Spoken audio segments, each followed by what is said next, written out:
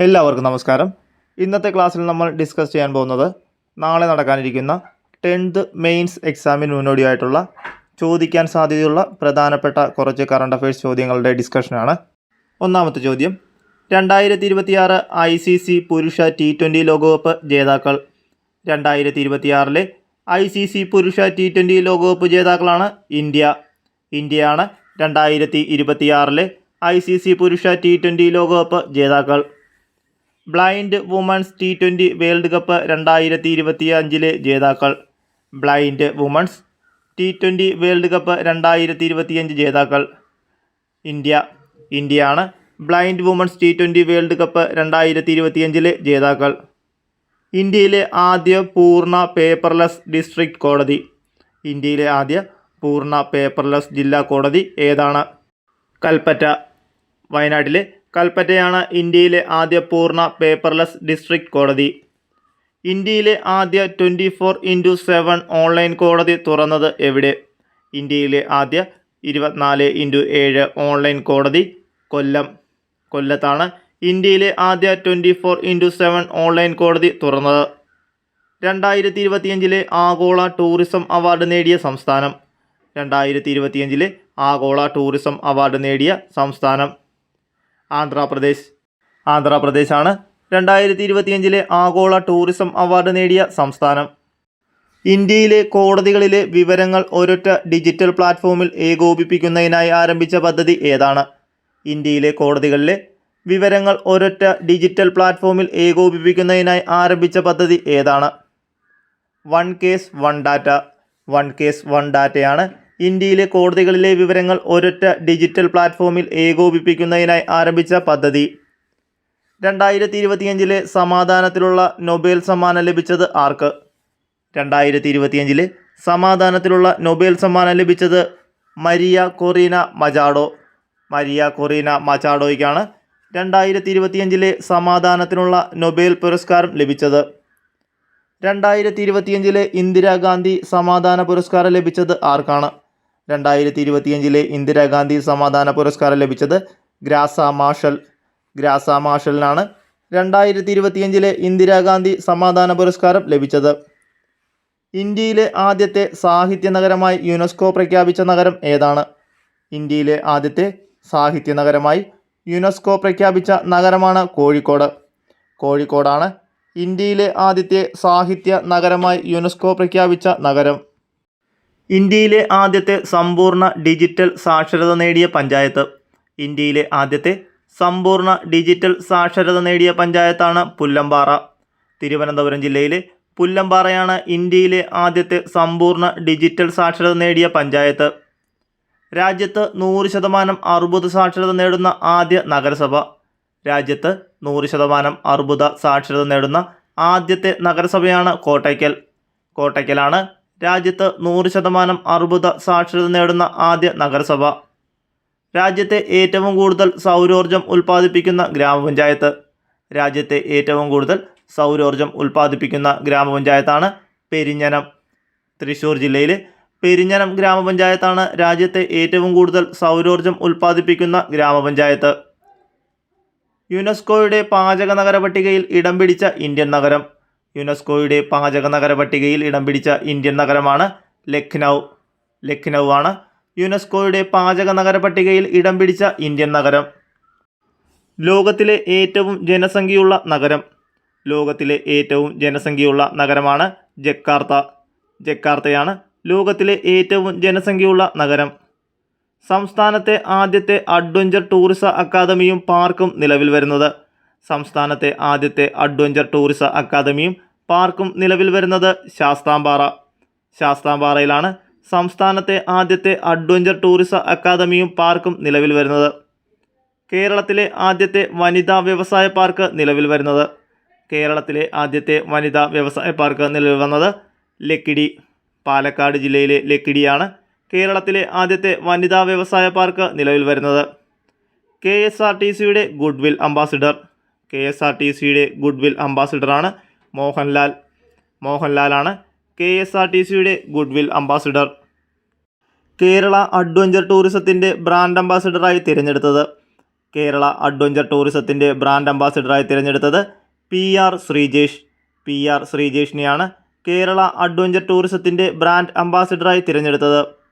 കേരളത്തിൻ്റെ 50ാമത് chief secretary. കേരളത്തിൻ്റെ 50ാമത് ചീഫ് സെക്രട്ടറിയാണ് A. ജയതിലക്.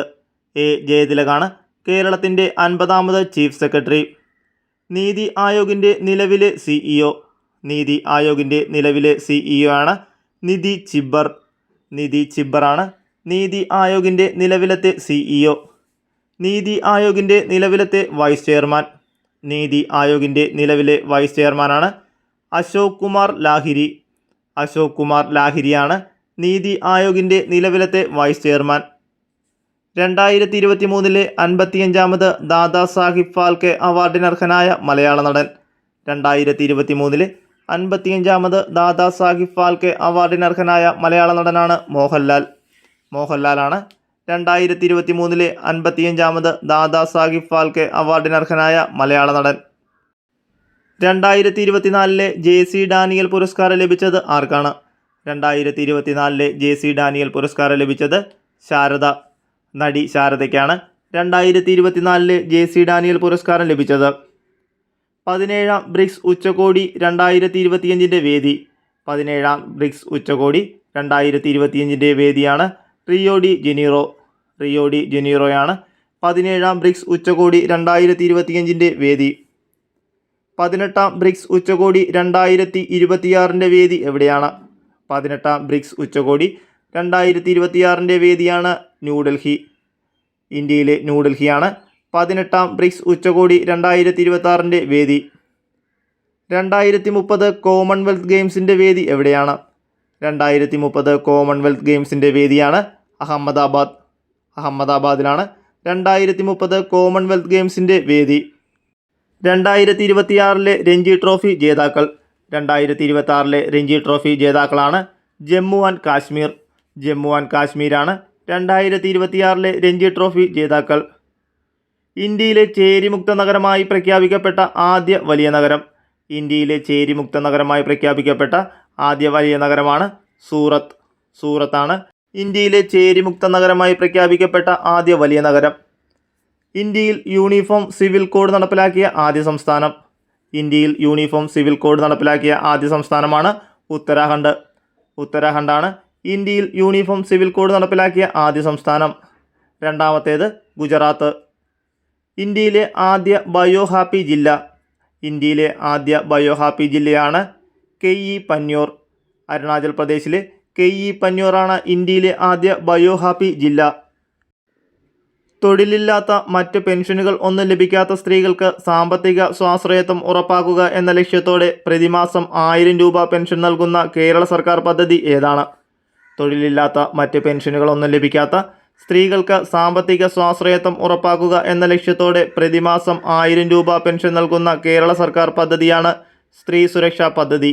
സ്ത്രീ സുരക്ഷാ പദ്ധതിയാണ് തൊഴിലില്ലാത്ത മറ്റ് പെൻഷനുകൾ ഒന്നും ലഭിക്കാത്ത സ്ത്രീകൾക്ക് സാമ്പത്തിക സ്വാശ്രയത്വം ഉറപ്പാക്കുക എന്ന ലക്ഷ്യത്തോടെ പ്രതിമാസം 1000 രൂപ പെൻഷൻ നൽകുന്ന കേരള സർക്കാർ പദ്ധതി. 35 വയസ്സ് മുതൽ 60 വയസ്സ് വരെയുള്ളവർക്കാണ് ഈ പദ്ധതി ലഭ്യമാവുന്നത്. ഔദ്യോഗിക സംസ്ഥാന സൂക്ഷ്മാണു സ്വീകരിച്ച ഇന്ത്യയിലെ ആദ്യ സംസ്ഥാനം.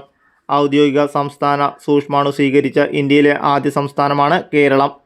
കേരളമാണ് ഔദ്യോഗിക സംസ്ഥാന സൂക്ഷ്മാണുവിനെ സ്വീകരിച്ച ഇന്ത്യയിലെ ആദ്യ സംസ്ഥാനം. ലോകത്തിലെ ഏറ്റവും വലിയ ഹരിത അമോണിയ പദ്ധതി വികസിപ്പിക്കുന്നത്. ലോകത്തിലെ ഏറ്റവും വലിയ ഹരിത അമോണിയ പദ്ധതി വികസിപ്പിക്കുന്നത് ആന്ധ്രാപ്രദേശ്. ആന്ധ്രാപ്രദേശാണ് ലോകത്തിലെ ഏറ്റവും വലിയ ഹരിത അമോണിയ പദ്ധതി വികസിപ്പിക്കുന്നത്. കേരളത്തിലെ ആദ്യ ചിത്രശലഭ സങ്കേതമായി പ്രഖ്യാപിച്ചത്. കേരളത്തിലെ ആദ്യ ചിത്രശലഭ സങ്കേതമായി പ്രഖ്യാപിച്ചത് ആറളം വന്യജീവി സങ്കേതം. ആറളം വന്യജീവി സങ്കേതമാണ് കേരളത്തിലെ ആദ്യ ചിത്രശലഭ സങ്കേതമായി പ്രഖ്യാപിച്ചത്. അടുത്തിടെ WHO നിന്ന് പിൻവാങ്ങിയ രാജ്യം ഏതാണ്? അടുത്തിടെ WHO നിന്ന് പിൻവാങ്ങിയ രാജ്യമാണ് USA. USA ആണ് അടുത്തിടെ WHO നിന്ന് പിൻവാങ്ങിയ രാജ്യം. ദേശീയ മനുഷ്യാവകാശ കമ്മീഷൻ്റെ ഇപ്പോഴത്തെ ചെയർമാൻ. ദേശീയ മനുഷ്യാവകാശ കമ്മീഷൻ്റെ ഇപ്പോഴത്തെ ചെയർമാനാണ് വി രാമസുബ്രഹ്മണ്യൻ. വി രാമസുബ്രഹ്മണ്യനാണ് ദേശീയ മനുഷ്യാവകാശ കമ്മീഷൻ്റെ നിലവിലത്തെ ചെയർമാൻ. ദേശീയ മുഖ്യ വിവരാവകാശ കമ്മീഷണർ. ദേശീയ മുഖ്യ വിവരാവകാശ കമ്മീഷണറാണ് രാജ്കുമാർ ഗോയൽ. രാജ്കുമാർ ഗോയലാണ് ദേശീയ മുഖ്യ വിവരാവകാശ കമ്മീഷണർ. കേരള സംസ്ഥാന മനുഷ്യാവകാശ കമ്മീഷൻ ചെയർമാൻ. കേരള സംസ്ഥാന മനുഷ്യാവകാശ കമ്മീഷൻ ചെയർമാനാണ് justice Alexander Thomas. Justice Alexander Thomas ആണ് കേരള സംസ്ഥാന മനുഷ്യാവകാശ കമ്മീഷൻ ചെയർമാൻ. കേരള സംസ്ഥാന മുഖ്യ വിവരാവകാശ കമ്മീഷൻ ചെയർമാൻ.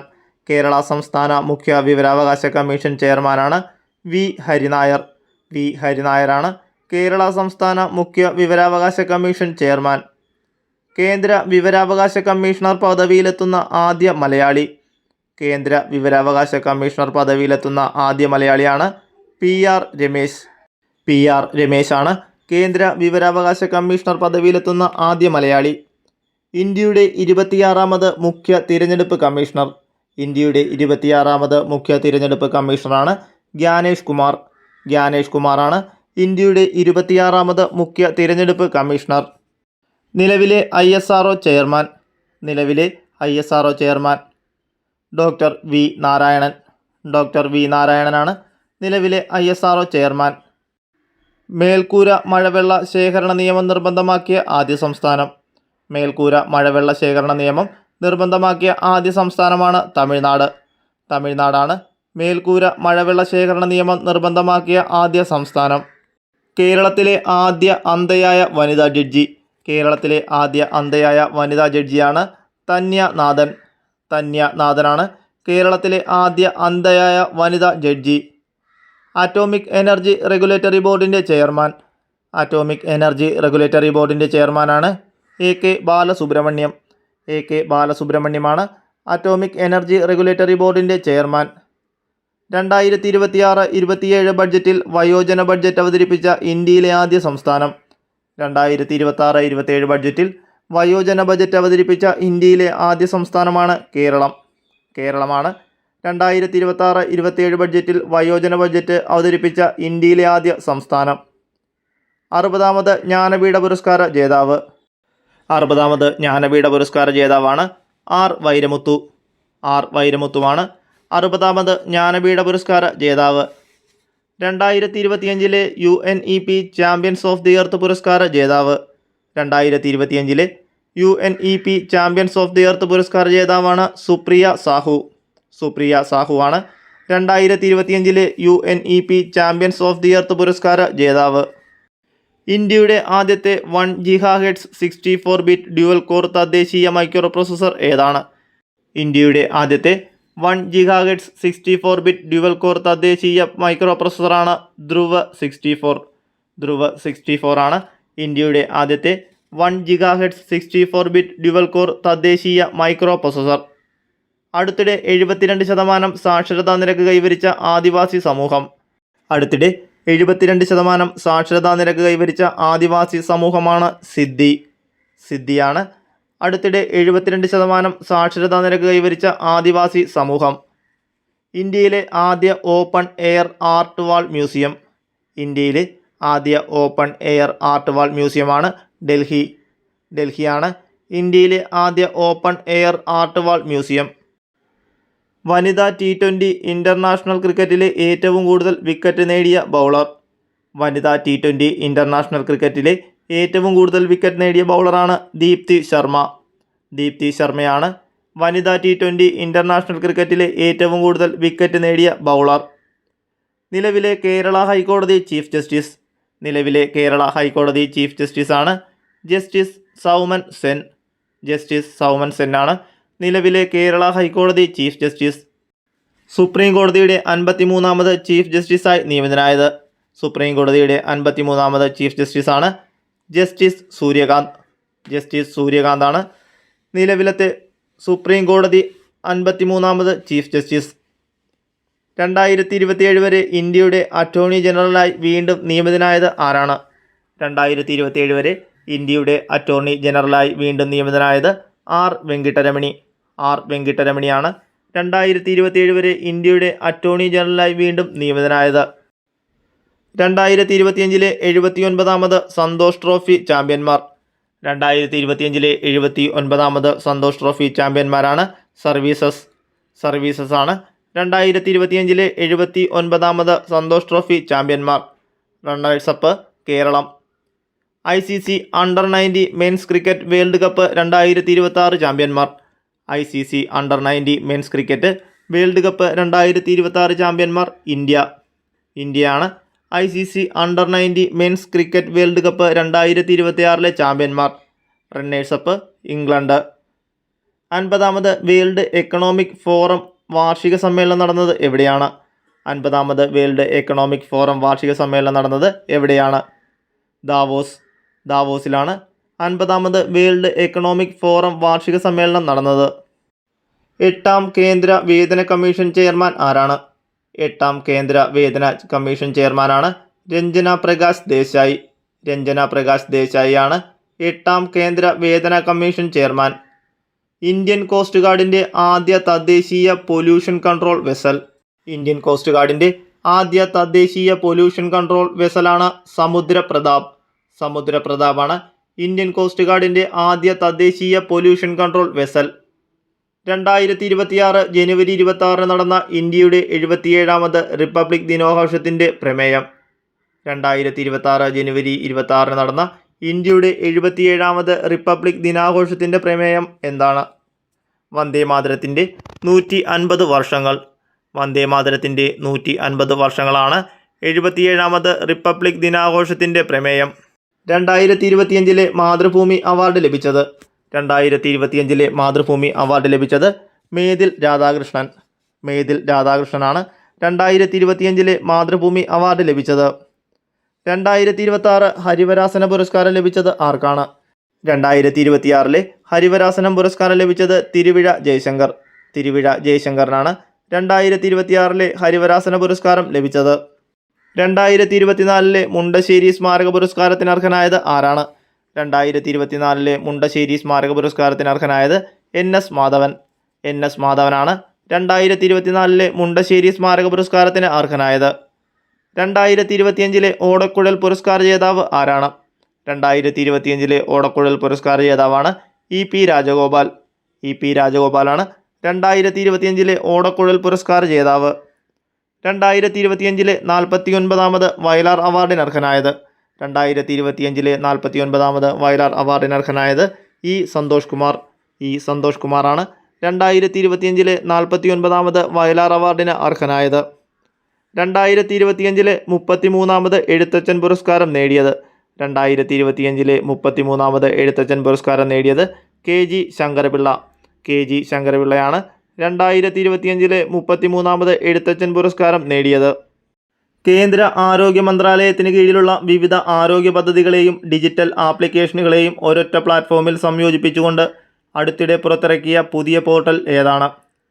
സ്വസ്ഥ് ഭാരത് പോർട്ടലാണ് കേന്ദ്ര ആരോഗ്യ മന്ത്രാലയത്തിന് കീഴിലുള്ള വിവിധ ആരോഗ്യ പദ്ധതികളെയും ഡിജിറ്റൽ ആപ്ലിക്കേഷനുകളെയും ഒരൊറ്റ പ്ലാറ്റ്ഫോമിൽ സംയോജിപ്പിച്ചുകൊണ്ട് അടുത്തിടെ പുറത്തിറക്കിയ പുതിയ പോർട്ടൽ. ഗർഭിണികളുടെയും അമ്മമാരുടെയും നവജാത ശിശുക്കളുടെയും ആരോഗ്യ വിവരങ്ങൾ ഒരു കുടക്കീഴിൽ ഡിജിറ്റലായി സൂക്ഷിക്കുന്നതിനായി കേന്ദ്ര സർക്കാർ പുറത്തിറക്കിയ പുതിയ ഡിജിറ്റൽ ഹെൽത്ത് കെയർ പ്ലാറ്റ്ഫോം ഏതാണ്?